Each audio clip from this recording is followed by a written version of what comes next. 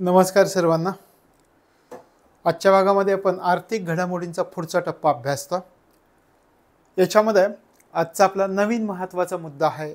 जागतिक व्यापार संघटनेचा एक अहवाल आलाय, तो आपल्याला अभ्यासायचा. आपल्या परीक्षेच्या दृष्टिकोनातून महत्त्वाचा आहे. मग त्या अहवालामध्ये काय काय सांगितले भारताविषयी, जगाविषयी, त्याचा आपण विचार करूयात. अहवालाचं नाव काय आहे पहा, जागतिक व्यापार सांख्यिकी पुनरावलोकन अहवाल, ज्याला वर्ल्ड ट्रेड स्टॅटिस्टिकल रिव्ह्यू असं म्हटलं गेलं, WTSRचा अहवाल. ठीक आहे. कधी अहवाल प्रकाशित झाला आहे? अहवाल प्रकाशित झाला 31 जुलै 2023 रोजी. कोणी अहवाल प्रकाशित केला आहे? अहवाल प्रकाशित केला आहे जागतिक व्यापार संघटनेनं, WTOनं. म्हणजे आपल्यासाठी अहवाल महत्त्वाचा आहे. ठीक आहे.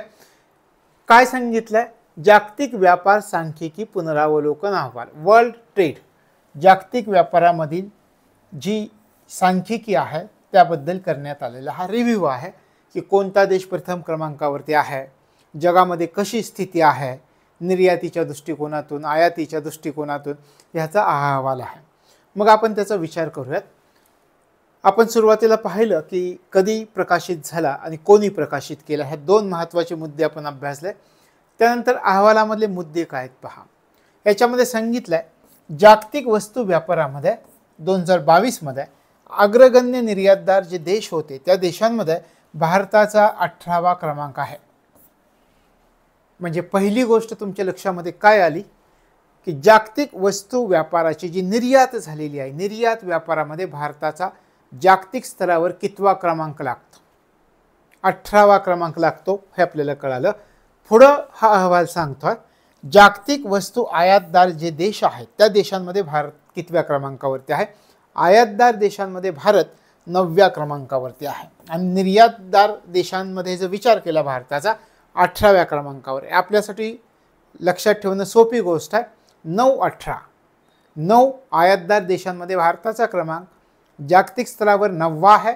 निर्यातदार देशांमध्ये भारताचा जागतिक स्तरावरती क्रमांक 18वा आहे. 9 आणि 18 हे आपल्या लक्षामध्ये आलं. आता एक गोष्ट याच्यामध्ये तुम्हाला कुठं फसवतील किंवा आपल्याला कुठे अडचणीत आणण्याचा प्रयत्न करतील त्याचा विचार करू. आपल्याला काय सांगितलंय? जागतिक वस्तू व्यापारात गुड्स अँड सर्व्हिसेस असं म्हटलंय का? नाही म्हटलं. काय म्हटलंय? जागतिक वस्तू व्यापारामध्ये, म्हणजे ह्या वस्तूंच्या व्यापारामध्ये सांगितलंय. सर्व्हिसेसचा उल्लेख केलाय का? नाही केला. सेवांचा उल्लेख केलाय का? नाही केला. मग हे लक्षात ठेवायचं. कशामध्ये भारताचा वस्तू व्यापारामध्ये, वस्तू व्यापारांच्या निर्यातीमध्ये भारताचा 18वा क्रमांक आणि वस्तू व्यापारांच्या आयातीमध्ये भारताचा 9वा क्रमांक आहे. लक्षात राहील या दोन गोष्टी, 9वा आणि 18वा. आयातीच्या बाबतीत 9वा, निर्यातीच्या बाबतीत 18वा क्रमांक जागतिक स्तरावरती लागतो. ठीक आहे. मग जागतिक व्यापार संघटनेनं हा जो अहवाल प्रकाशित केलाय त्या अहवालामध्ये प्रथम क्रमांकावरचे 3 निर्यातदार देश कोणते आणि प्रथम क्रमांकावरचे 3 आयातदार देश कोणते याचा पण याच्यामध्ये माहिती सांगितलेली. मग त्याचाही आपल्याला अभ्यास करायचा आहे. पहा, पहिले 3 निर्यातदार देश कोणते आहेत? निर्यात करणारे पहिले 3 देश आपण म्हणतो चीन हे जागतिक स्तरावर जागतिक जगाची बाजारपेठ असं म्हटलं जातं. म्हणजे चीन प्रथम क्रमांकावरती आहे. दुसऱ्या क्रमांकावरती अमेरिका, तिसऱ्या क्रमांकावरती जर्मनी आणि 18व्या क्रमांकावरती भारत आहे. म्हणजे आपल्याला पुढची गोष्ट कळाली, जागतिक वाटा किती आहे पहा. भारताचा जगाच्या एकूण निर्यातीमध्ये जागतिक वाटा किती आहे? 1.8% एवढा वाटा आहे. म्हणजे ही पण गोष्ट आपल्या लक्षात आली की वाटा किती आहे निर्यातीमधला. जागतिक स्तरावर भारताचा वाटा किती? तर 1.8% आणि $453 अब्ज एवढी निर्यात केली आहे 2022 मध्ये भारताला.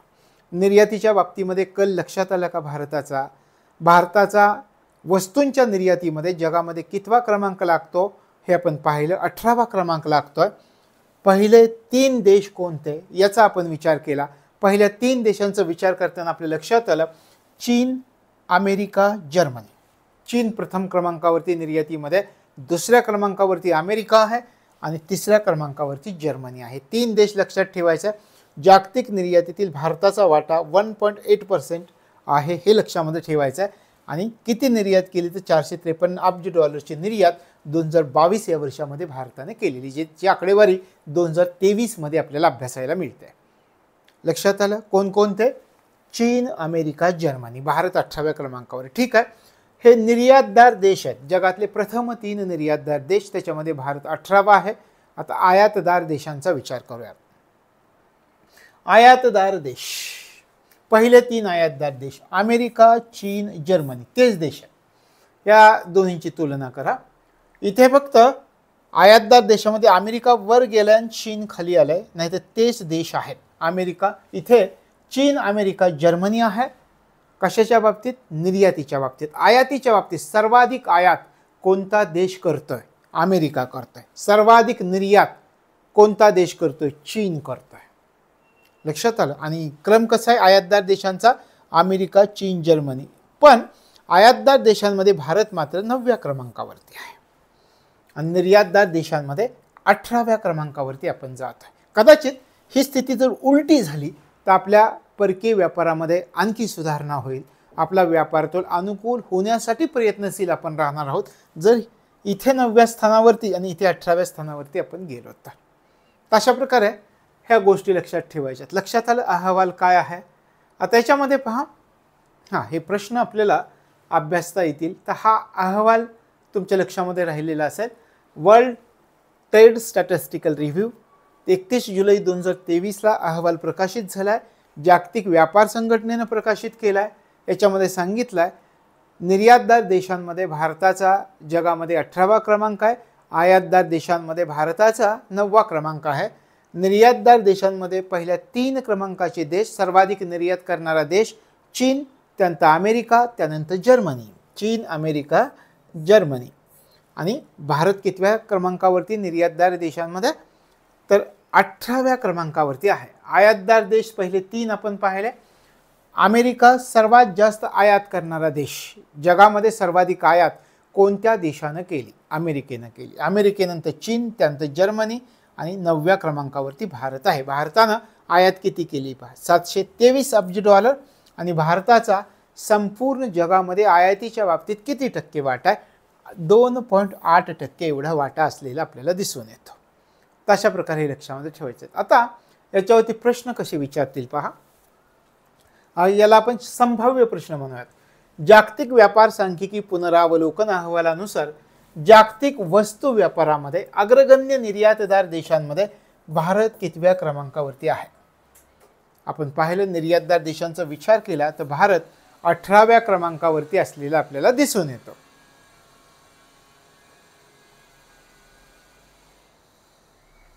तर अशा प्रकारे हा प्रश्न आपल्याला लक्षात ठेवता येईल.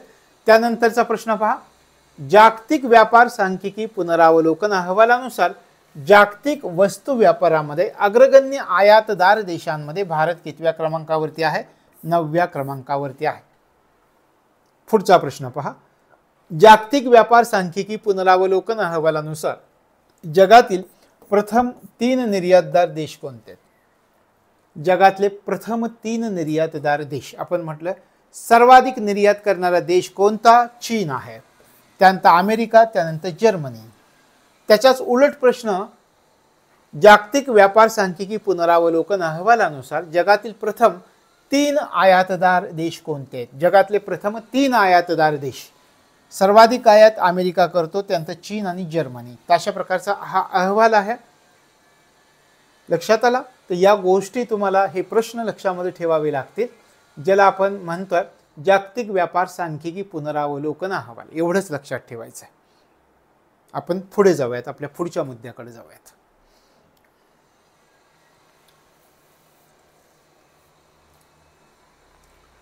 पहिले सार्वभौम हरित रोखे, त्याला काय म्हटलं जातं? SGTBS, sovereign green bonds.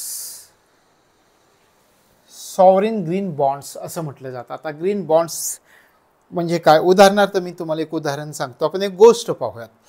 तुमचं गाव आहे, तुम्ही गावामध्ये राहताय, शेती करता करता तुम्ही काही पैसे जमवलेत आणि तुमच्या गावामधली एक प्रतिष्ठित बँक आहे. ती प्रतिष्ठित बँकेवरती गावातल्या सगळ्या लोकांचा विश्वास आहे.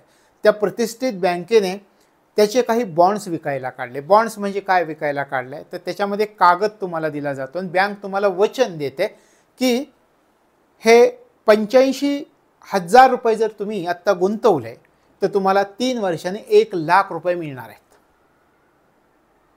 लक्षात आलं. मग तुमच्यातले गावातल्या सगळ्या लोकांचा त्याच्यावर विश्वास असल्यामुळं ज्यांनी ज्यांनी पैशाची बचत केली ते सगळेजण त्या गावातल्या बँकेमध्ये पैसे जमा करतात आणि 85,000 रुपये भरतात आणि 5 वर्षांनी 1,00,000 रुपये घेतात.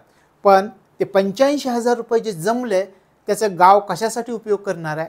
तर समजा तुमच्या गावामधनं 10-20 लाखांची वर्गणी गोळा केली तर तुमच्या गावामध्ये वेगवेगळ्या सुधारणा केल्या जातील.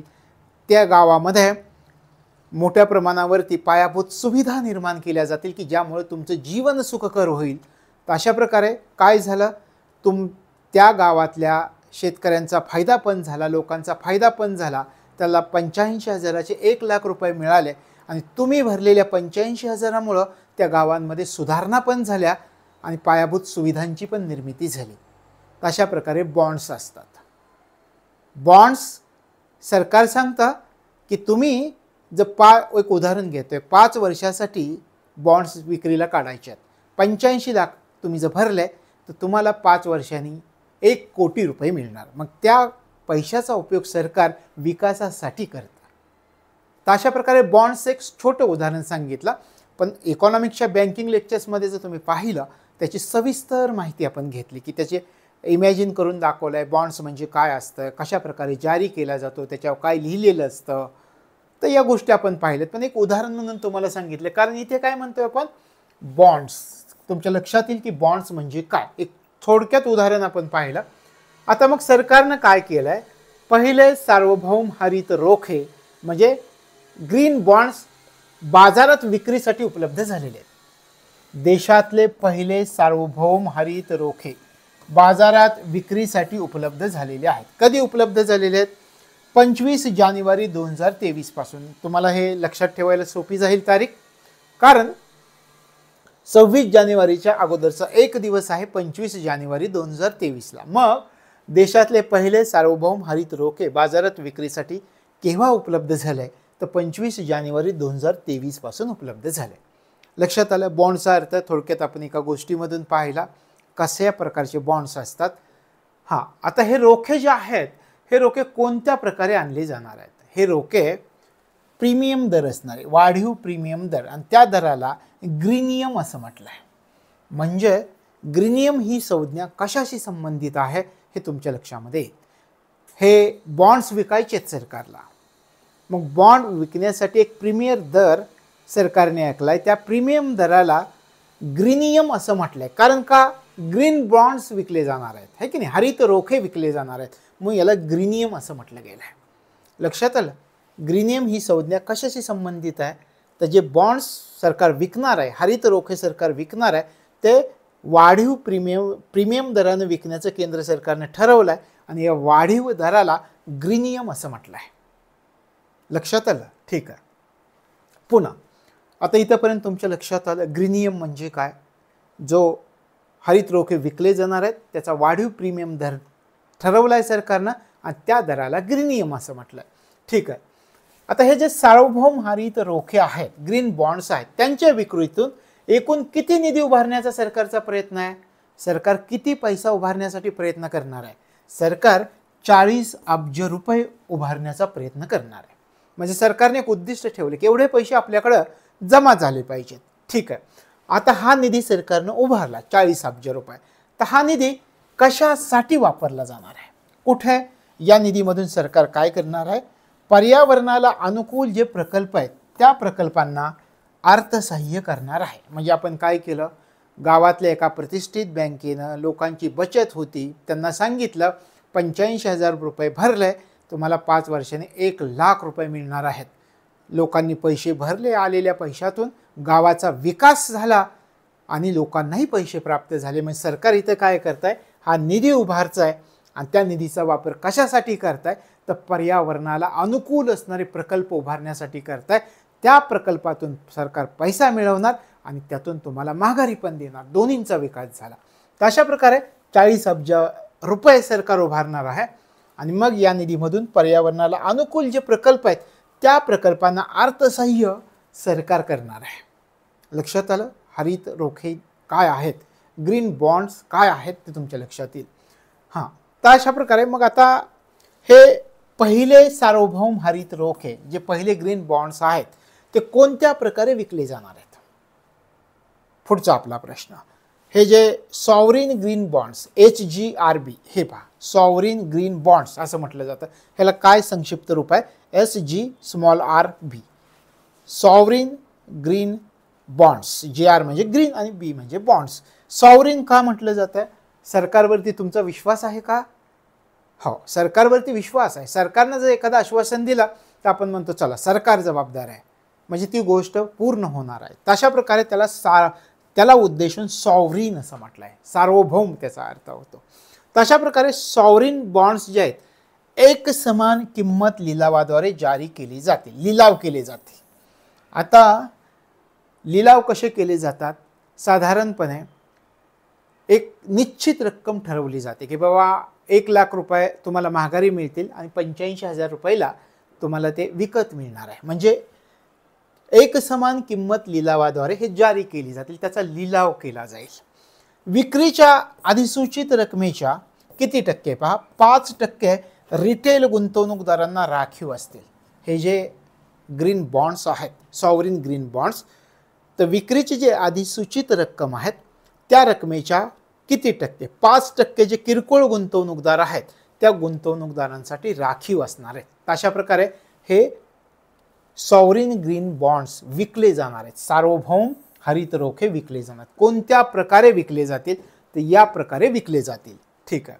आता याची वैशिष्ट्य काय आहेत, याची वैशिष्ट्यामध्ये 3 गोष्टी लक्षात ठेवायच्या. पहिली गोष्ट, हे जे सॉवरिन ग्रीन बॉन्ड्स असतील तर ते कशासाठी उपयुक्त असतील, कशासाठी पात्र गुंतवणूक समजले जातील. 3 गोष्टींसाठी पात्र गुंतवणूक म्हणून समजले जाणार आहेत. SLR उद्देशासाठी पात्र गुंतवणूक असेल, दुय्यम बाजारातील व्यापारासाठी पात्र गुंतवणूक असेल, आणि आपल्याला या ठिकाणी पुनर्खरेदी व्यवहारासाठी रेपोसाठी पात्र असतील. म्हणजे पहिली गोष्ट या ठिकाणी तुमच्या लक्षात असली पाहिजे, हे सॉवरिन ग्रीन बॉन्ड जे जारी केले जाणार आहेत तर ते कशासाठी पात्र असतील, रेपोसाठी पात्र असतील, म्हणजे पुनर्खरेदी व्यवहारासाठी पात्र असणार आहेत, SLR उद्देशासाठी पात्र असणार आहेत, आणि दुय्यम बाजारात व्यापारासाठी सुद्धा पात्र असणार आहेत. या 3 गोष्टी माहीत असल्या की मग तुम्हाला कसाही प्रश्न विचारला तरी तो येणार आहे. कशासाठी पात्रता असणार आहेत, या 3साठी पात्रता असणार आहे. ठीक आहे. आता हे ग्रीन बॉन्ड्स जे वाटले जाणार आहेत, वाटप केले जाणार आहेत, त्या वाटपाचं आणि वापराचं लेखापरीक्षण कोण करेल. सरकार विकतंय ना, मग त्याचं लेखापरीक्षण केलं जातं. कोण करणार आहे, आता हे केंद्र सरकार विकतंय, म्हणजे कंट्रोलर अँड ऑडिटर जनरल म्हणजे नियंत्रक आणि महालेखापरीक्षक हे याचं लेखापरीक्षण करणार आहेत. या लेखापरीक्षणाच्या कक्षेमध्ये हे सॉवरिन ग्रीन बॉन्ड्स असणार आहेत. लक्षात आलं. तशा प्रकारे सॉवरिन ग्रीन बॉन्डची विक्री सरकार करणार आहेत. कशाला, पर्यावरणाला अनुकूल असणाऱ्या प्रकल्पांना आर्थिक सहाय्य करण्यासाठी सरकार हे करत आहे. विकास झाला पाहिजे. कशाच्या आधारावरती विकास झाला पाहिजे, हे जे पर्यावरण आहे ते पर्यावरण अनुकूल राहून विकास झाला पाहिजे. पर्यावरणाची हानी होऊन विकास झाला पाहिजे का, नाही झाला पाहिजे. पर्यावरण आहेत, आपण आहोत. मग पर्यावरणाला अनुकूल असणारे जे विकास प्रकल्प आहेत त्या विकास प्रकल्पांना अर्थसहाय्य करण्याचं काम या ग्रीन बॉन्डच्या माध्यमातून, सॉवरिन ग्रीन बॉन्डच्या माध्यमातून सरकार करणार आहे. ठीक आहे. भारताची काय स्थिती आहे, भारताचा आपण विचार करूया. 2022 मध्ये भारत सरकारनं किती किमतीचे सार्वभौम हरित रोखे जारी करण्याची योजना जाहीर केली आहे, हा पण प्रश्न आपल्याला विचारतील की 2022 मध्ये भारत सरकारनं किती किमतीचे सार्वभौम हरित रोखे जाहीर करण्याची योजना जाहीर केली. $2 अब्ज एवढे सार्वभौम हरित रोखे जारी करण्याची योजना जाहीर केली. ही किती केली आहे हे पण विचारते. लक्षात आलं. तशा प्रकारे सॉवरिन ग्रीन बॉन्ड्स मी तुम्हाला समजावून सांगितलं, त्याचा उपयोग समजावून सांगितला, त्याच्यानंतर ते कशासाठी पात्र असतील हा महत्त्वाचा प्रश्न मी तुम्हाला समजावून सांगितला. पुनर्खरेदी व्यवहार म्हणजे रेपोसाठी पात्र असणार आहेत, SLR उद्देशासाठी पात्र गुंतवणूक असणार आहे, दुय्यम बाजारात व्यापारासाठी सुद्धा हे पात्र असणार आहे. ह्या तिन्हींसाठी पात्र आहेत हे लक्षात ठेवा. खूप अवघड प्रश्न विचारायचा असेल ना, मग इथून विचारतील तुम्हाला. या 3 मुद्द्यांवर कशासाठी पात्र असतील ते ही 3 माहिती असणं गरजेचं आहे तुम्हाला. लक्षात आलं? मागच्या गोष्टी तुम्हाला लक्षात राहतील. कोणत्या प्रकारे विकले जातील? लिलावाद्वारे विकले जातात. आपण पिक्चरमध्ये पाहतो की एखाद्याचं घर विकायचं असेल तर काय करतात? लिलाव लावले जातात. एक समान किंमत लिलावाद्वारे जारी. एक समान किंमत म्हणजे मी तुम्हाला गावाचं उदाहरण दिलं. सरकार 85,000 रुपयाला विकते त्या गावातली बँक, त्या ठिकाणी बॉन्ड्स, आणि 1,00,000 रुपये देते. म्हणजे एक समान किंमत आहे. आणि त्या ठिकाणी राखीव काय दिलंय? कुणासाठी राखीव आहे? विक्रीच्या अधिसूचित रकमेच्या किती टक्के? 5% रिटेल गुंतवणूकदारांसाठी, किरकोळ गुंतवणूकदारांसाठी हे बॉन्ड्स राखीव असतील. त्याच्यानंतर आपण कशाचा विचार केला पहा. हा निधी कशासाठी वापरला जाईल? तर हा निधी पर्यावरणाला अनुकूल असणारे जे प्रकल्प आहेत त्या प्रकल्पांना अर्थसहाय्य या निधीमधून केलं जाईल. या सार्वभौम हरित रोख्यांच्या विक्रीतून एकूण किती निधी उभारण्याचा सरकारचा? 40 अब्ज रुपये निधी उभारण्याचा सरकारचा प्रयत्न आहे हे लक्षामध्ये ठेवायचं आहे. तशा प्रकारे ग्रीनियम ही संज्ञा मी तुम्हाला सांगितली. ग्रीनियम काय आहे? हे रोखे सरकार जे विकणार आहे ते वाढीव प्रीमियम दराने विकणार आहे. मग त्या दराला ग्रीनियम, कारण ग्रीन बॉन्ड्स आहेत म्हणून त्याला ग्रीनियम ही संज्ञा दिली आहे. तशा प्रकारे देशातले पहिले सार्वभौम हरित रोखे बाजारात विक्रीसाठी उपलब्ध झालेत 25 जानेवारी 2023 पासून. लक्षात आलं? आता याच्या संबंधीचे काही प्रश्न आहेत का आपण ते पाहूयात. आता काही प्रश्न आहेत मागचे की जे तुम्हाला माहिती असणं गरजेचं आहे. 2015 मध्ये हरित पायाभूत सुविधा प्रकल्पांना वित्त पुरवठा करण्यासाठी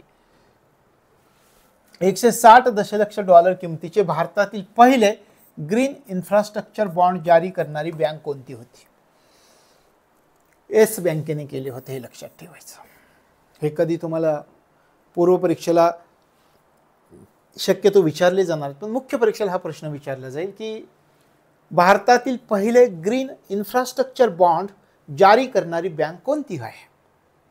ग्रीन इन्फ्रास्ट्रक्चर बॉन्ड म्हणतो आपण. इन्फ्रास्ट्रक्चर पायाभूत सुविधांविषयी येस बँक आहे. लक्षात आलं? पुढे आणखी काय आपल्यासाठी महत्त्वाचं आहे? पहिल्यांदा सार्वभौम हरित रोखे जारी करणारा देश कोणता होता? पहिल्यांदा सार्वभौम हरित रोखे जारी करणारा देश पोलंड होता. लक्षात आलं? आता आपल्या देशामध्ये हे विक्रीला उपलब्ध झालेत, पण सर्वात प्रथम सार्वभौम हरित रोखे जारी करणारा देश कोणता होता हे आपल्या या ठिकाणी लक्षात येतं.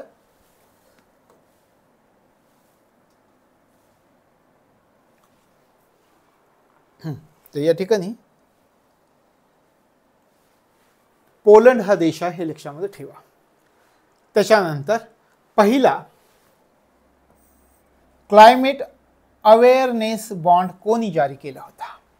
पहिला climate awareness bond European investment बँकेने जारी केला होता. वेगवेगळ्या प्रकारचे प्रश्न. सुरुवातीला आपण म्हटलं की सर्वात प्रथम सार्वभौम हरित रोखे जारी करणारा देश पोलंड होता असं आपण म्हटलं. त्याच्यानंतर या प्रश्नामध्ये आपण काय म्हटलं होतं की भारतातील पहिले ग्रीन इन्फ्रास्ट्रक्चर बॉन्ड जारी करणारी बँक येस बँक आहे. त्याच्यानंतर पहा, पहिला क्लायमेट अवेअरनेस बॉन्ड जारी करणारी बँक कोणती? तर पहिला क्लायमेट अवेअरनेस बॉन्ड जारी करणारी बँक युरोपियन इन्व्हेस्टमेंट बँक आहे हे लक्षामध्ये ठेवायचं. त्याच्यानंतर हरित रोखे जारी करणारी जागतिक बँक ही पहिली संस्था ठरली कधी? तर 2008 मध्ये. म्हणजे हरित रोख्यांविषयी दुसरं जरी एखादा काही विधान मुद्दाम विचारलं तर ही सगळी विधानं तुमच्या लक्षामध्ये असतील की अशा प्रकारे घडलं.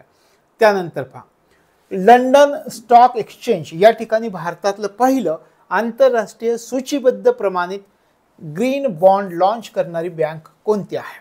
Axis bank.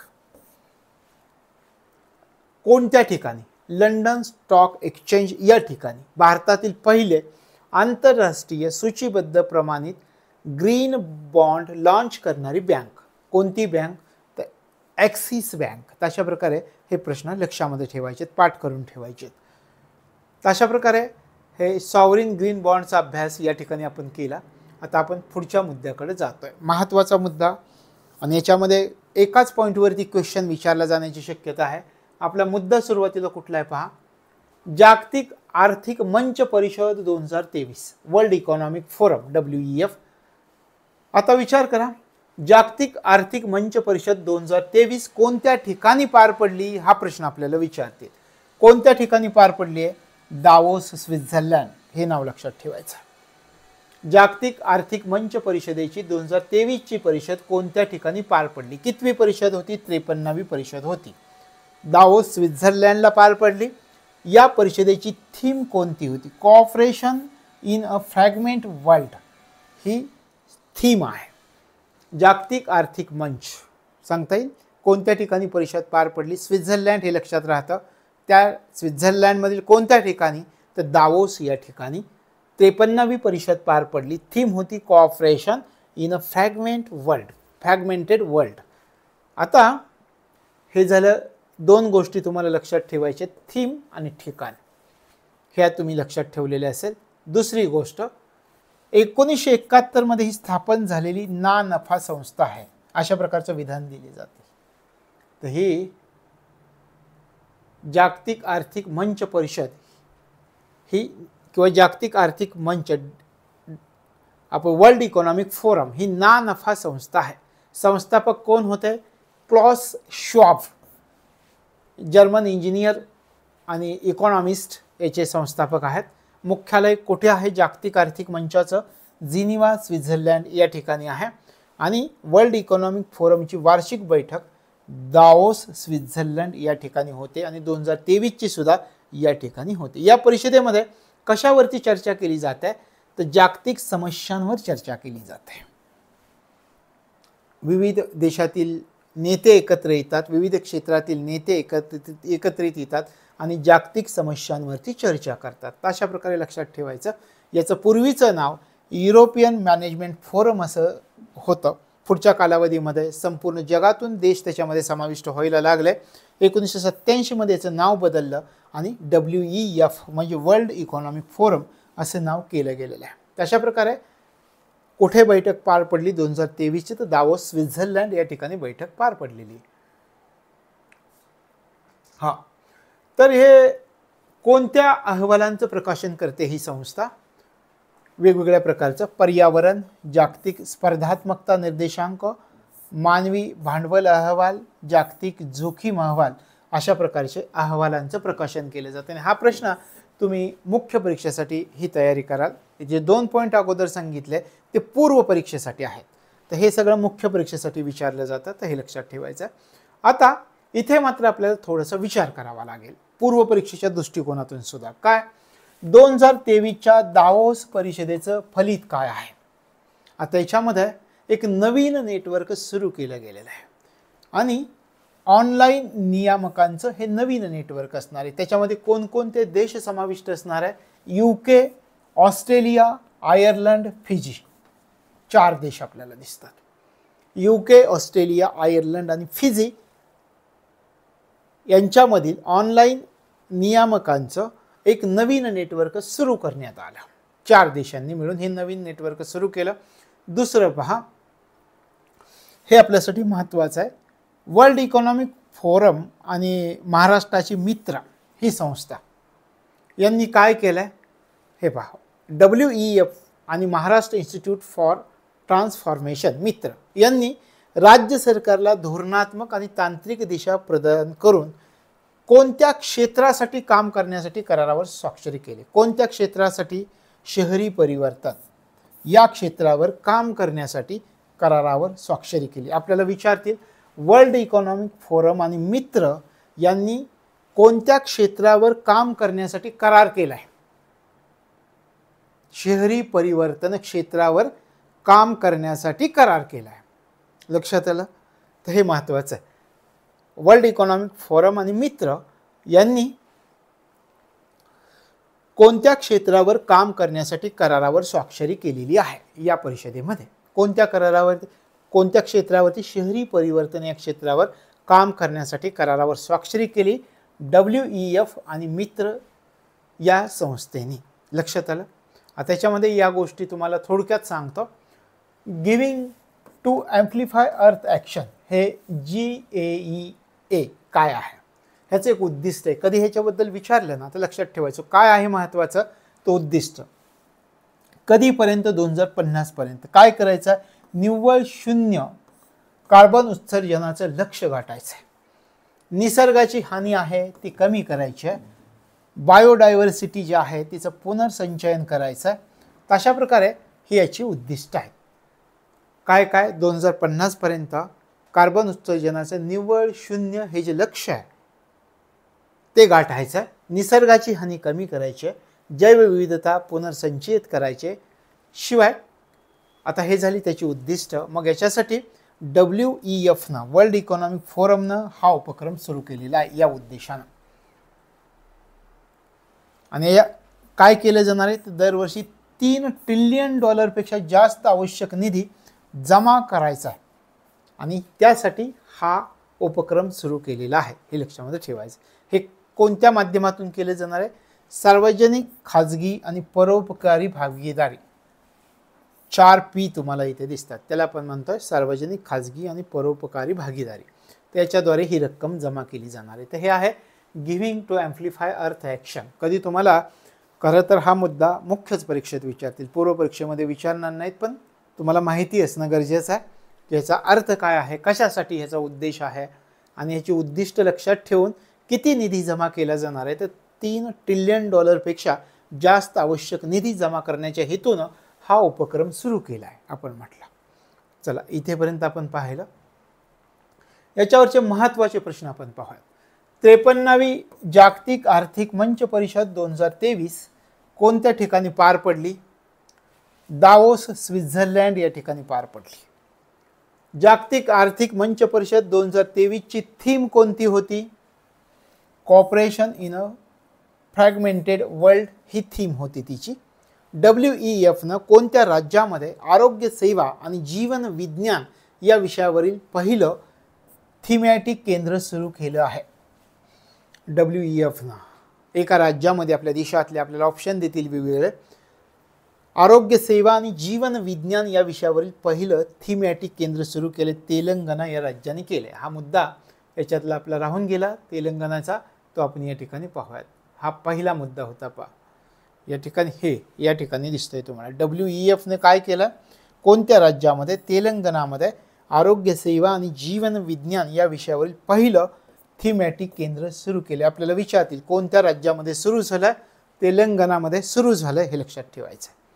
मग त्याच प्रश्नावरून आपल्या लक्षात आलं की हा मुद्दा आपल्याला पाहायचा आहे. पहा, WEFनं कोणत्या राज्यामध्ये आरोग्य सेवा आणि जीवन विज्ञान या विषयावरील पहिलं थीमॅटिक केंद्र सुरू केले? तेलंगणा. आणि शेवटचा प्रश्न पहा, जो आपल्या पूर्व परीक्षेच्या दृष्टिकोनातून महत्त्वाचा आहे.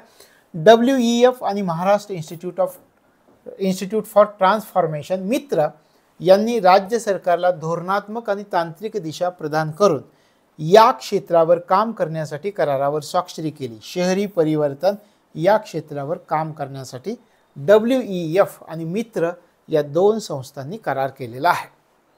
लक्षात आलं? एवढे महत्त्वाचे मुद्दे माहिती असणं गरजेचं आहे. यानंतरचा आपला पुढचा मुद्दा आहे. पहा, राष्ट्रीय स्तरावर 3 नव्या सहकारी संस्थांची रचना करण्यात आलेली आहे. दीर्घ काळानंतर, 3.5 दशकानंतर हे करण्यात आलेलं आहे. देशात 35 वर्षानंतर राष्ट्रीय स्तरावरती 3 सहकारी संस्था स्थापन केल्या जाणार आहेत. मग त्या 3 सहकारी संस्था कोणत्या?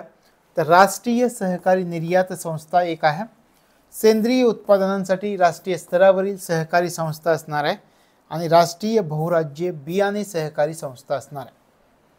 कोणकोणत्यात पहा. निर्यात संस्था, राष्ट्रीय सहकारी निर्यात संस्था, निर्यात वाढवायच्या निर्यात संस्था. सेंद्रिय उत्पादनांसाठी राष्ट्रीय स्तरावरील सहकारी संस्था असणाऱ्या आणि राष्ट्रीय बहुराज्यीय बियाणे सहकारी संस्था. सेंद्रिय उत्पादनं, बियाणं आणि निर्यातीसाठी असणाऱ्या संस्था. म्हणजे आपल्याला थोडक्यात लक्षात ठेवायचं, निर्यातीसाठी, सेंद्रिय उत्पादनांसाठी आणि बियाण्यांसाठी. मग आपण नाव देऊयात, राष्ट्रीय सहकारी निर्यात संस्था, सेंद्रिय उत्पादनांसाठी राष्ट्रीय स्तरावरील सहकारी संस्था आणि राष्ट्रीय बहुराज्य बियाणे सहकारी संस्था. काय काय लक्षात ठेवलं? रिवाइज करा. आपण काय म्हणूयात या ठिकाणी, काय काय लक्षात ठेवलं? निर्याती संबंधी संस्था आहे राष्ट्रीय सहकारी. दुसरी आपण म्हटलं सेंद्रिय उत्पादनासाठी आहे राष्ट्रीय सहकारी संस्था आणि तिसरी आहे बियाणे सहकारी संस्था, राष्ट्रीय बहुराज्यीय बियाणे सहकारी संस्था, या 3 नव्या सहकारी संस्थांची रचना केली गेलेली देशामध्ये. तर ह्या 3 राष्ट्रीय सहकारी ज्या संस्था आहेत त्या संस्थांना 11 जानेवारी 2023ला केंद्रीय मंत्रिमंडळाने मंजुरी दिलेली आहे. म्हणजे या 3 सहकारी संस्थांना मंजुरी मिळालीत हे तुमच्या लक्षात राहील. पुढे जाऊयात. बहुराज्य सहकारी संस्था अधिनियम 2002 याच्या अंतर्गत 3 राष्ट्रीय सहकारी संस्था स्थापन केल्या जाणार आहेत. म्हणजे या 3 राष्ट्रीय सहकारी संस्था ज्या स्थापन केल्या जाणार आहेत त्या कोणत्या अधिनियमाअंतर्गत स्थापन केल्या जाणार आहेत? मग आपल्याला उत्तर मिळतं बहुराज्य सहकारी संस्था अधिनियम 2002 अंतर्गत या 3 राष्ट्रीय सहकारी संस्था स्थापन केल्या जाणार आहेत. लक्षात आलं? स्थापन केल्या जातील हे लक्षात आलं, मान्यता दिली हे लक्षात आलं. कोणत्या अधिनियमाअंतर्गत या स्थापन केल्या जाणार आहेत? तर 2002 बहुराज्य सहकारी संस्था अधिनियम 2002 अंतर्गत या संस्था स्थापन केल्या जाणार आहेत. लक्षात आलं? पुढे जाऊयात. हो, याच्या अगोदर काही गोष्टी लक्षात ठेवा. सहकारी संस्था कायदा किती सालचा? 1982 सालचा. आदिवासी सहकारी पणन महासंघाची स्थापना कधी झाली होती? 1987 मध्ये झालेली होती. 1987. तर हे 2 सहकारी कायदा किती सालचा? 1982. आदिवासी सहकारी पणन महासंघाची स्थापना 1987 मध्ये. आता पहा, राष्ट्रीय निर्यात सहकारी संस्था याचा उद्देश काय असणार आहे? राष्ट्रीय निर्यात सहकारी संस्था उद्देश आहे सहकारी क्षेत्रातील ज्या संस्था आहेत त्या संस्थांकडून तसेच सहकारी क्षेत्रातील कंपन्यांकडून जो माल उत्पादित होतो, ज्या वस्तू ज्या सेवा उत्पादित होतात त्या वस्तू आणि सेवांची निर्यात मोठ्या प्रमाणावरती झाली पाहिजे. लक्षात आलं? उद्देश काय आहे? हां, तर या सोसायटीच्या कामाला गती देण्यासाठी सहकारी क्षेत्रातील राष्ट्रीय स्तरावर 5 सहकारी संस्था एकत्र आलेल्या आहेत. तशा प्रकारे याचा उद्देश आहे काय करायचा आहे? सहकारी क्षेत्रातील संस्था आपल्या आजूबाजूलाही आपण पाहतो त्या वस्तू आणि सेवांचे जे उत्पादन करतात तर त्या वस्तूची आणि सेवांची निर्यात मोठ्या प्रमाणावरती झाली पाहिजे. आपण जे लक्ष ठेवलं आहे $2 ट्रिलियन, तर सगळ्या बाजूंनी प्रयत्न करावे लागणार, त्यातलाही हा एक भाग आहे असं आपण समजूया. तशा प्रकारे राष्ट्रीय निर्यात सहकारी संस्था भांडवल कसं उभारलं जाणार आहे? तर भांडवलामध्ये या 2 गोष्टी लक्षात ठेवायच्यात. इफ्कोचं योगदान आहे आणि GCMMFचं योगदान आहे. म्हणजे आपल्याला विधानांमध्ये जर विचारलं तर याच्यामध्ये इफ्कोचं पण योगदान आहे भांडवलामध्ये, भाग भांडवलामध्ये. तर आपल्याला लक्षात ठेवावं लागेल 100 कोटी. इफ्को कोण? Indian Farmers Fertilisers Corporation. याचं सुद्धा काय आहे या ठिकाणी? भांडवल आहे. किती? 100 कोटी रुपये इफ्कोचं योगदान आहे. आणि GSMMF Gujarat cooperative milk marketing federation याचं सुद्धा योगदान 100 कोटी देण्यात आलेलं आहे. आणि प्राधिकृत भाग भांडवल 2000 कोटी आहे. तशा प्रकारे या ज्या संस्था उभारल्या जाणार आहेत त्याच्या भाग भांडवलाची रचना कोणत्या प्रकारे आहे, त्या भाग भांडवलामध्ये कोणाकोणाचं योगदान आहे, तर या 2 महत्त्वाच्या संस्थांचं योगदान त्याच्यामध्ये असलेलं आपल्याला दिसून येतं. ते योगदान कितीचं आहे? तर 100 कोटी रुपयांचं योगदान या 2 संस्थांनी दिलेलं आहे. महत्त्वाचे प्रश्न. राष्ट्रीय स्तरावर कोणत्या 3 नव्या सहकारी संस्थांची रचना केली? एक विचार करा. एक होती निर्याती संबंधी, एक होती सेंद्रिय उत्पादनांशी संबंधित आणि तिसरी कशाशी संबंधित होती? तर बियाण्याशी संबंधित होती. म्हणजे आपल्याला ऑप्शन व्यवस्थित निवडता येतील. लक्षात आलं?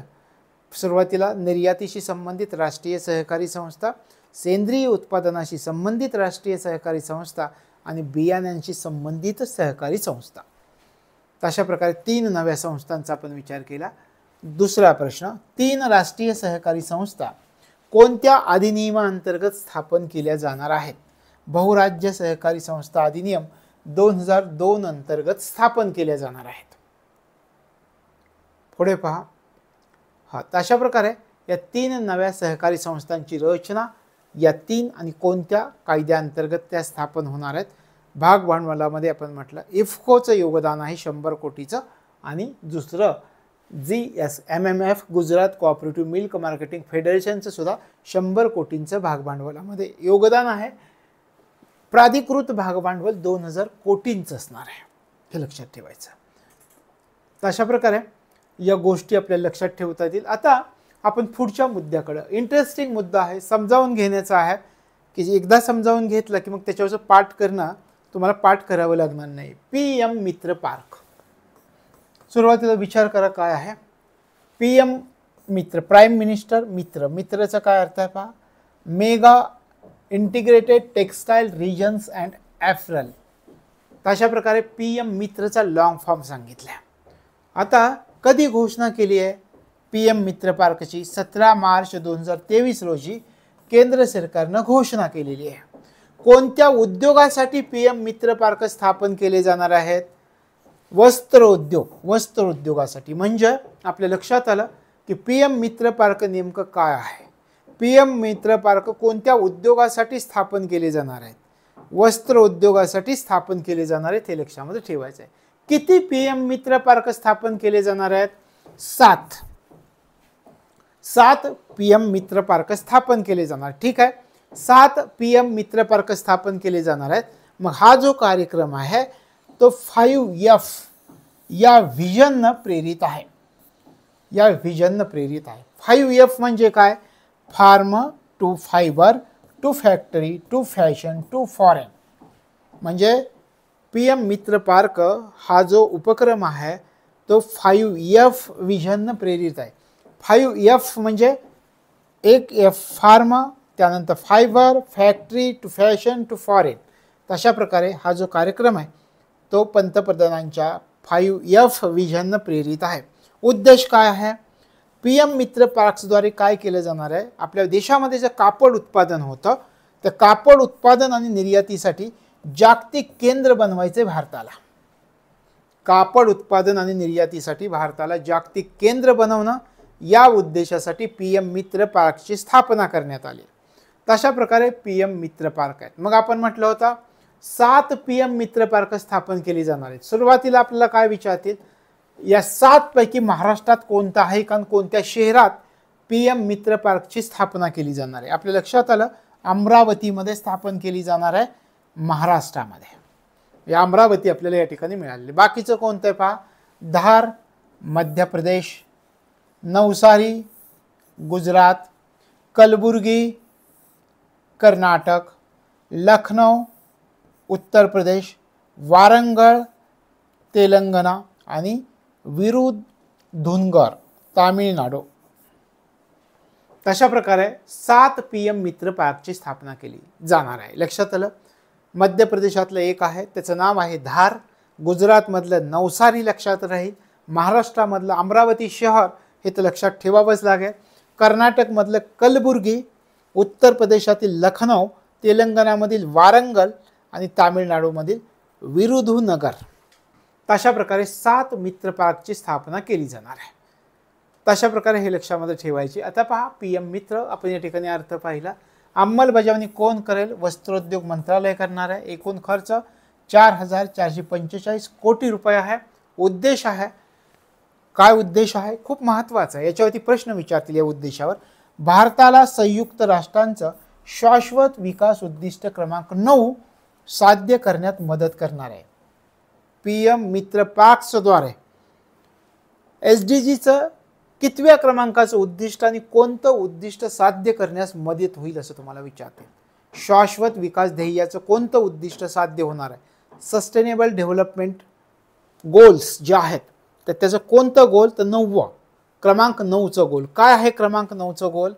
क्रमांक 9चं गोल आहे लवचिक पायाभूत सुविधा तयार करणं, शाश्वत औद्योगिकीकरणाला आणि नवोपक्रमाला प्रोत्साहन देणं.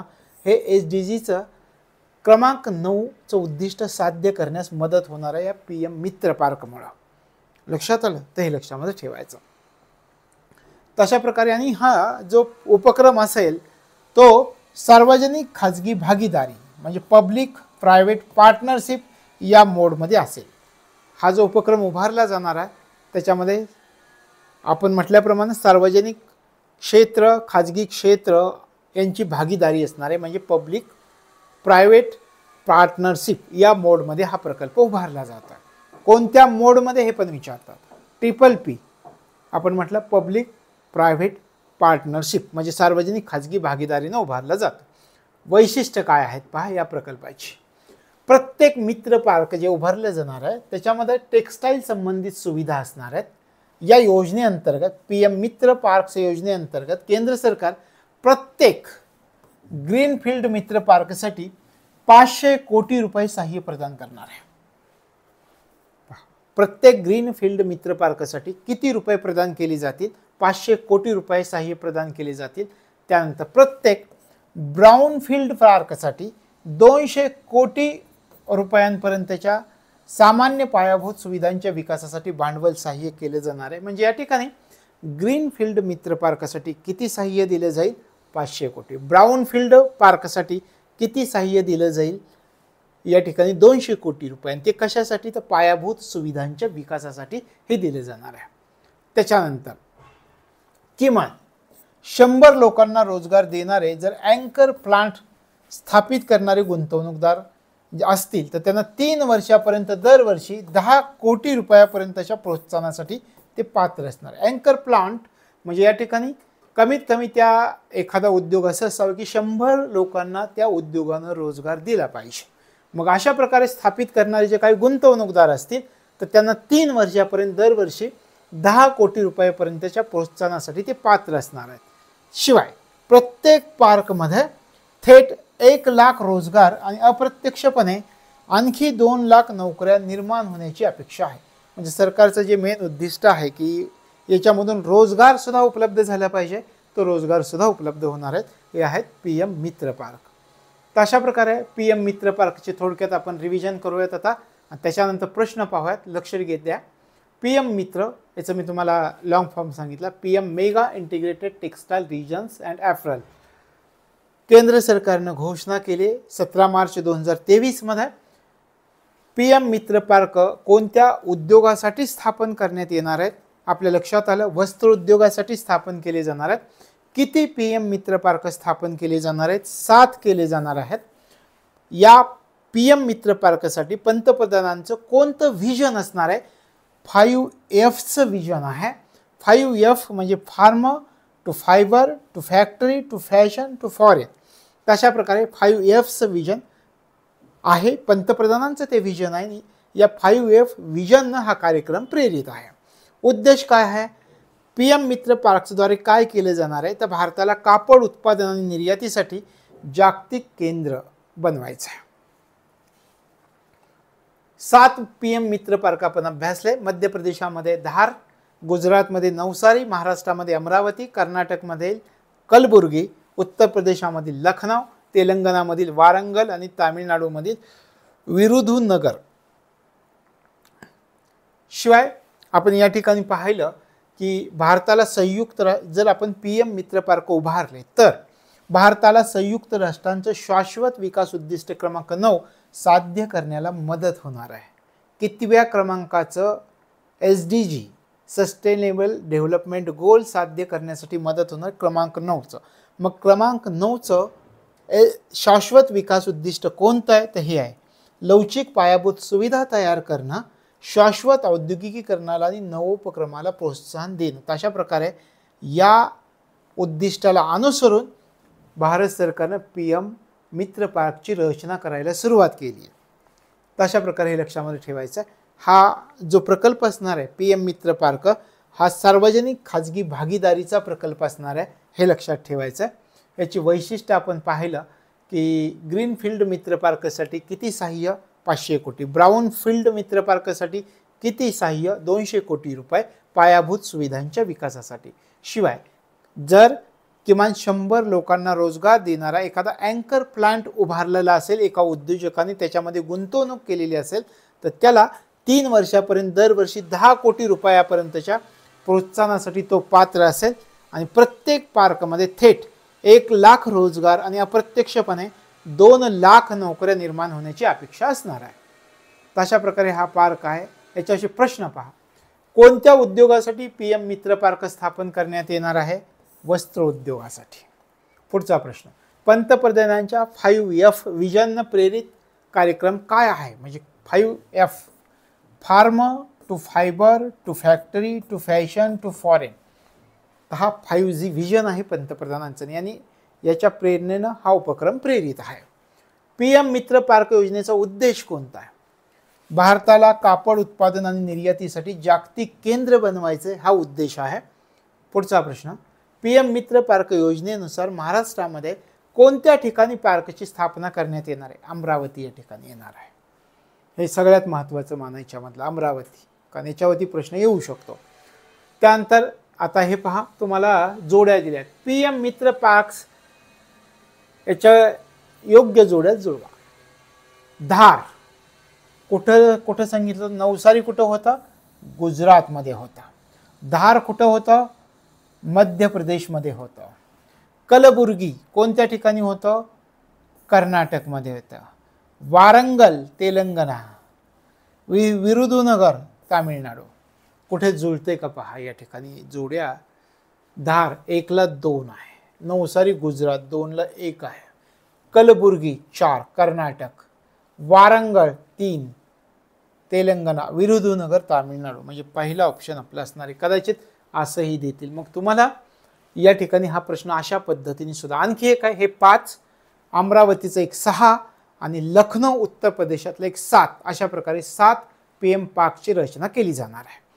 बाकीचे 2 याच्या व्यतिरिक्त लक्षात ठेवा. लखनौचं उत्तर प्रदेशाचं एक आणि दुसरं अमरावती महाराष्ट्राचं एक. PM मित्र पार्क्स या उपक्रमाद्वारे भारताला कितव्या क्रमांकाचं संयुक्त राष्ट्रांचं शाश्वत विकास उद्दिष्ट साध्य करण्यास मदत होणार आहे? क्रमांक 9चं. कोणतं उद्दिष्ट आहे? लवचिक पायाभूत सुविधा तयार करणं, शाश्वत औद्योगिकीकरणाला आणि नवोपक्रमाला प्रोत्साहन देणं. अशा प्रकारे हे उद्दिष्ट साध्य करण्यास मदत होणार आहे भारताला. PM मित्र पार्क्स विकसित करण्यामध्ये कोणाचा सहभाग असेल? सार्वजनिक खाजगी भागीदारी असणार आहे, पब्लिक प्रायव्हेट पार्टनरशिपची भागीदारी असणार आहे. अशा प्रकारे PM मित्र पार्क्सची रचना आपल्याला पाहता येईल.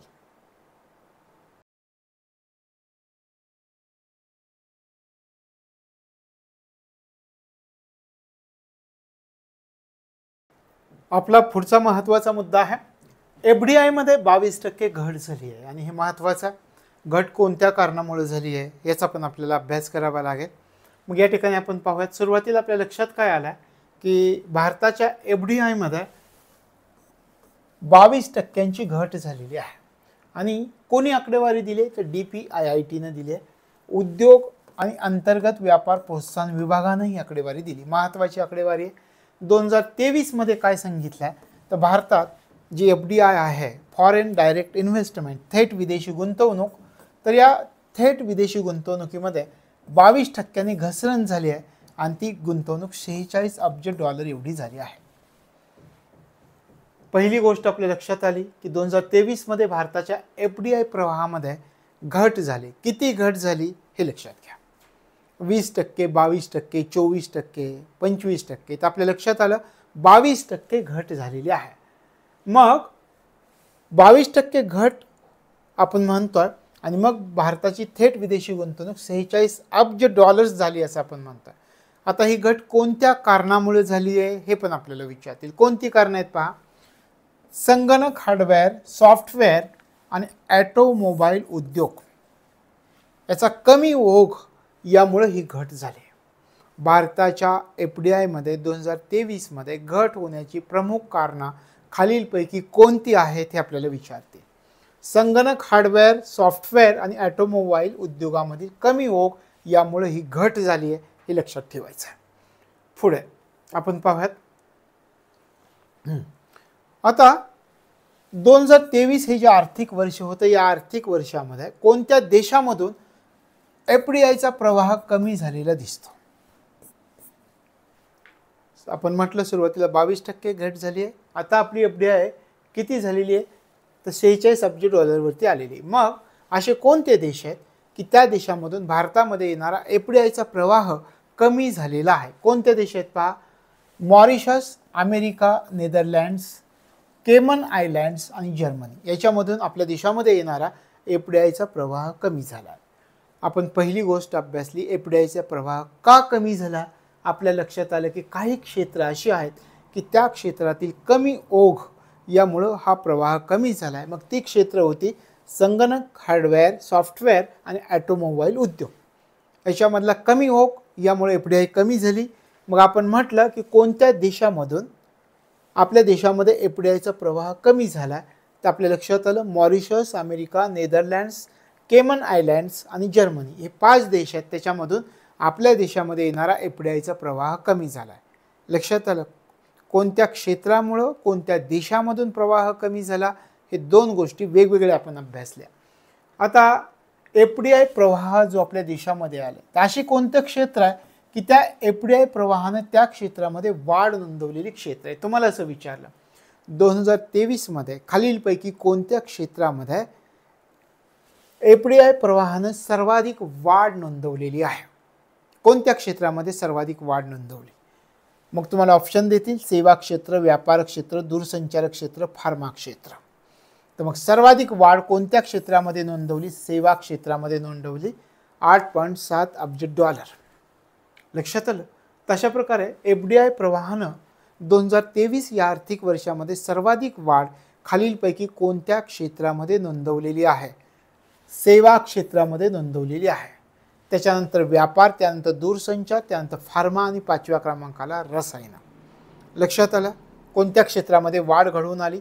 कदाचित असंही विचारतील 2023 या आर्थिक वर्षामध्ये FDI प्रवाहानं ज्या क्षेत्रामध्ये वाढ नोंदवली त्यांचा उतरता क्रम लावा. सेवा क्षेत्र, व्यापार क्षेत्र, दूरसंचार क्षेत्र, फार्मा क्षेत्र, रसायन क्षेत्र. दोन्ही बाजूंनी तुम्हाला लक्षात ठेवावं लागणार आहे. लक्षात आलं. सुरुवातीला सोपं करण्यासाठी लक्षात ठेवा सर्वाधिक वाढ कोणत्या क्षेत्रामध्ये नोंदवली? सेवा क्षेत्र. सेवा लगेच व्यापार लक्षात ठेवा. व्यापार, सेवा, व्यापार, दूरसंचार एवढे लक्षात आले तर तुम्हाला फार्मा आणि रसायन हे लक्षात राहील. तशा प्रकारे FDI प्रवाहानं 2023 या आर्थिक वर्षामध्ये सर्वाधिक वाढ नोंदवलेली क्षेत्र कोणती? तर ही 5 क्षेत्र ओळीने आपल्याला दिसतात. लक्षात आलं. पुढे जाऊया. आता पहा FDI गुंतवणूक 2023 भारताचा सर्वात मोठा FDI स्रोत कोणता देश ठरला आहे? सर्वात म्हणजे आपल्या देशामध्ये FDI करणारा सर्वाधिक FDI करणारा देश कोणता? Option Singapore, Mauritius, America, UAE. Singapore 17.2 अब्ज डॉलर्स एवढी गुंतवणूक. 2023च्या आर्थिक वर्षामध्ये भारताचा सर्वात मोठा FDI स्रोत म्हणून कोणत्या देशाला ओळखलं गेलं? सिंगापूर या देशाला ओळखला गेला. किती? 17.2 अब्ज डॉलर्स एवढी गुंतवणूक केलेली आहे भारतामध्ये. लक्षात आलं का? याच्या अगोदर आपण काय पाहिलेलं होतं? कोणतं क्षेत्र पाहिलं की त्या क्षेत्रामध्ये FDIने सर्वात जास्त वाढ नोंदवली ते होतं सेवा क्षेत्र, त्यानंतर व्यापार क्षेत्र, त्यानंतर दूरसंचार क्षेत्र, त्यानंतर फार्मा क्षेत्र, त्यानंतर रसायन क्षेत्र. हे लक्षात राहिलं. कारण आपण सुरुवातीला लक्षात का ठेवलं? सेवा क्षेत्रात सर्वाधिक वाढ, सेवाशी संबंधित व्यापार, दूरसंचार, फार्मा, रसायन. ठीक आहे. पुढे FDI गुंतवणूक 2023 भारताचा सर्वात मोठा FDI स्रोत कोणता देश ठरलाय? सिंगापूर, त्यानंतर मॉरिशस, त्यानंतर अमेरिका, त्यानंतर UAE. आपल्याला हे पण विचारतील FDI गुंतवणूकचा भारताचा सर्वात मोठा FDI स्रोत कोणते देश ठरलेत? त्यांचा उत्तरचा क्रम लावा. तर Singapore, Mauritius, America, UAE, Netherland. लक्षात आलं. सर्वाधिक FDI प्राप्त राज्य कोणती आहेत? कोणत्या राज्यामध्ये सर्वाधिक FDI आलेली आहे 2023 या आर्थिक वर्षामध्ये? सर्वात जास्त महाराष्ट्रामध्ये, त्यानंतर कर्नाटक, त्यानंतर दिल्ली. लक्षात आलं. सगळ्या प्रकारचे प्रश्न आपण विचारले किंवा अभ्यासले. सर्वात जास्त FDIची वाढ झालेले क्षेत्र सेवा, व्यापार, दूरसंचार, फार्मा, रसायन. उतरता क्रम. सर्वाधिक कोणत्या देशाने FDI भारतामध्ये केली? आपण म्हटलं सिंगापूर आहे पहिल्या क्रमांकावरती. Singapore, Mauritius, America. Singapore, Mauritius, America हा क्रम लक्षात ठेवावा लागेल. आणि सर्वाधिक FDI कोणत्या राज्यामध्ये झाली? महाराष्ट्रामध्ये आली, त्यानंतर कर्नाटक, त्यानंतर दिल्लीमध्ये आली. लक्षात आलं. महत्त्वाचे प्रश्न पहा.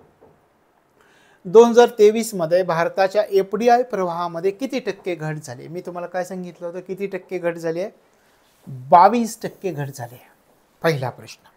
दुसरा प्रश्न आपण पाहूयात. 2023 मध्ये भारतात थेट विदेशी गुंतवणूक 22% घसरून किती अब्ज डॉलर झाले? 40 अब्ज डॉलर, 42 अब्ज डॉलर, 44 अब्ज डॉलर, 46 अब्ज डॉलर. किती झाली आहे? 46 अब्ज डॉलर झालेली आहे. पुढचा प्रश्न पहा. भारताच्या एफडीआय प्रवाहामधील घटीचं प्रमुख कारण कोणतं आहे? आपण जे म्हणतोय 22% घट झाली, त्या घटीचं प्रमुख कारण कोणतं?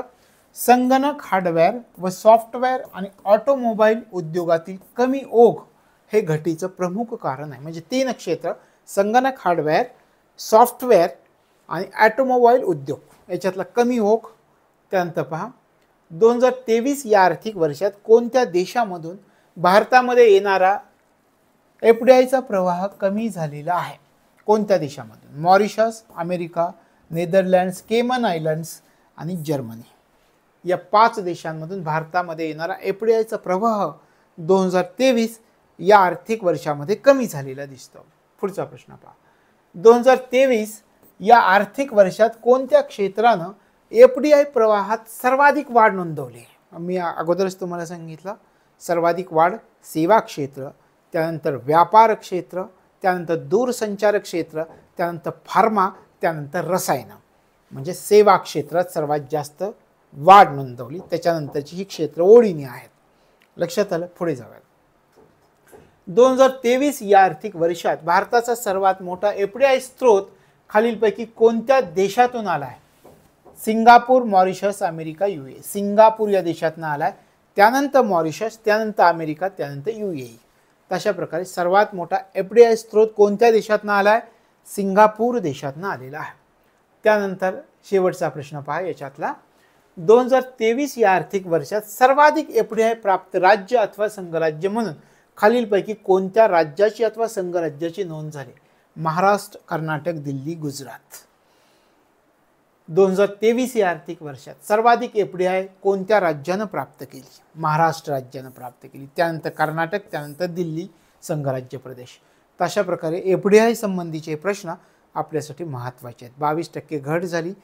आता हे थेअरी आपण अभ्यासली, त्याच्याखालचे प्रश्न तुम्ही पाठ केले की तुम्हाला ते संपूर्ण प्रश्न समजेल. आपण पुढे जाऊयात. हा महत्त्वाचा प्रश्न IMP म्हणून याला करून ठेवा. इजिप्त न्यू डेव्हलपमेंट बँकेचा सदस्य झाला आहे. इजिप्त हा देश. आपल्याला विचारतील की ब्रिक्सच्या न्यू डेव्हलपमेंट बँकेचा सदस्य म्हणून कोणत्या नवीन देश त्या ठिकाणी सामील झालेला आहे? तर तो झाला इजिप्त हा देश सामील झालेला आहे. तशा प्रकारे बँक आता महत्त्वाचा प्रश्न तसाच असणार आहे. कोणता देश 2023 मध्ये अधिकृतपणे ब्रिक्सच्या न्यू डेव्हलपमेंट बँकेचा सदस्य झालेला आहे? इराण, इजिप्त, संयुक्त अरब अमिराती, पाकिस्तान. कोणता? ब्रिक्सच्या न्यू डेव्हलपमेंट बँकेचा सदस्य बनला 2023 मध्ये एक देश.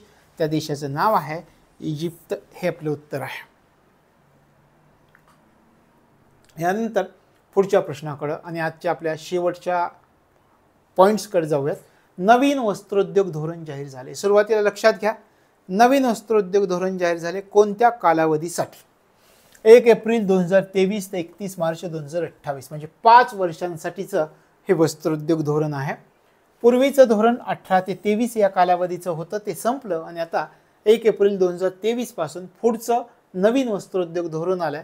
त्याचा कालावधी पुढची 5 वर्ष म्हणजे 31 मार्च 2028 पर्यंत असणार आहे. त्या वस्त्रोद्योग धोरणाला मंजुरी मिळाली. उद्देश काय पहा. महाराष्ट्रामधील कापूस तसेच रेशीम शेती आणि कापड उद्योगाला चालना द्यायची. याचं उद्दिष्ट काय पहा. महाराष्ट्रामधील कापूस, रेशीम शेती आणि कापड उद्योगाला चालना देणं हे उद्दिष्ट आहे. दर 5 वर्षांनी वस्त्रोद्योग धोरण जाहीर केलं जातं, हे आपण पाहिलं. ह्या धोरणाची वैशिष्ट्य काय आहेत? पुढील 5 वर्षासाठी लक्ष्य आखलं आहे. म्हणजे 5 वर्षाचंच धोरण आहे. 5 वर्षासाठी लक्ष्य आखलं गेलेलं आहे. काय करायचं आहे? कापसाच्या प्रक्रिया क्षमतेमध्ये वाढ केली जाणार आहे. किती? 30 वरून 80% वाढ. 50%नी जास्त. 50% वाढ घडवून आणण्याचं उद्दिष्ट आहे. 30% वरून 80% न्यायचं आहे. म्हणजे 50%नी वाढ करायची. दुसरं, 25,000 कोटी रुपयांची गुंतवणूक आपल्या देशामध्ये आकर्षित करायची आहे. 5 लाखापर्यंत रोजगार निर्मिती करायची. अशा प्रकारे या नवीन धोरणाचे उद्दिष्ट आहे. काय? कापसाच्या प्रक्रिया क्षमतेमध्ये वाढ करायची. प्रक्रिया क्षमता जी 30% ती 80% करायची, म्हणजे 50%नी जास्त वाढ करायची आहे. त्यानंतर गुंतवणूक किती आकर्षित करायची आहे? 25,000 कोटी रुपयांची गुंतवणूक आकर्षित करायची आहे. आणि रोजगार किती निर्मिती करण्याचं उद्दिष्ट आहे?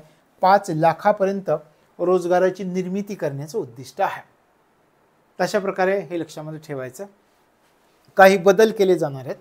तर ते बदल कसे? तर वस्त्रोद्योग व रेशीम आयुक्तालयाची निर्मिती केली जाणार आहे. आता याच्यामध्ये पहा, विलिनीकरण कशाचं केलं जाणार? वस्त्रोद्योग आयुक्तालय आणि रेशीम संचालनालय. वस्त्रोद्योग आयुक्तालय आणि रेशीम संचालनालय यांचं विलिनीकरण करून हे वस्त्रोद्योग व रेशीम आयुक्तालयाची निर्मिती करण्यात येणार आहे. या धोरणामध्ये दोन्हींचं विलिनीकरण करायचं आणि हे आयुक्तालय निर्माण केले जाणार आहे. अशा प्रकारे हे लक्षामध्ये. आणि प्रादेशिक स्तरावर जर विचार केला तर या कार्यालयाला कोणत्या नावाने ओळखलं जाईल? तर प्रादेशिक स्तरावर या कार्यालयाला प्रादेशिक वस्त्रोद्योग आणि रेशीम उप आयुक्तालय असं संबोधण्यात येणार आहे. तशा प्रकारे हे आहेत. राज्यामध्ये किती तांत्रिक वस्त्रोद्योग पार्क स्थापन करण्याचं उद्दिष्ट आहे? राज्यामध्ये 6 तांत्रिक वस्त्रोद्योग पार्क स्थापन करण्याचं उद्दिष्ट ठेवण्यात आलेलं आहे. तशा प्रकारे हे आहे. आणि शिवाय काही उदयोन्मुख तंत्रज्ञान असेल तर त्याच्यामधील संशोधन आणि विकासाला चालना देण्यासाठी दरवर्षी 50 कोटी रुपयांच्या निधीची तरतूद करण्यात येणार आहे. संशोधनासाठी किंवा विकासासाठी दरवर्षी किती निधी? तर 50 कोटी निधींची तरतूद केली जाईल. तशा प्रकारे हे लक्षामध्ये ठेवायचं. मग याच्यावरती आधारित काही प्रश्न आपल्याला पाहता येतील. महाराष्ट्र राज्याचं नवीन वस्त्रोद्योग धोरण कोणत्या कालावधीसाठी जाहीर करण्यात आलं आहे? 1 एप्रिल 2023 ते 31 मार्च 2028. महाराष्ट्र राज्याचे नवीन वस्त्रोद्योग धोरणाचा उद्देश कोणता आहे? महाराष्ट्र राज्यातील कापूस, रेशीम शेती आणि कापड उद्योगाला चालना देणं हा उद्दिष्ट आहे. महाराष्ट्र राज्याचे नवीन वस्त्रोद्योग धोरणानुसार कापसाच्या प्रक्रिया क्षमतेमध्ये पूर्वीच्या क्षमतेपेक्षा किती टक्क्यांनी वाढ होणार आहे? पूर्वीच्या क्षमतेच्या, पूर्वी होती 30%, वाढ होणार आहे 80%. म्हणजे पूर्वीच्या क्षमतेपेक्षा किती टक्क्यांनी? 50%. पूर्वीच्या क्षमतेपेक्षा 50%नी वाढ होणार आहे, हे आपलं उत्तर असेल. अशा प्रकारे हा आजचा आपला करंट अफेअर्स आर्थिक घडामोडींचा हा भाग आहे. याच्यानंतरचा असणारा भाग हा शेवटचा असणार आहे. पुढच्या भागामध्ये आपल्या आर्थिक घडामोडी संपूर्ण संपलेल्या असतील. तर या ठिकाणी आपण थांबतो. भेटूयात पुढच्या भागामध्ये. तोपर्यंत तुम्हाला तुमच्या अभ्यासासाठी मनापासून शुभेच्छा.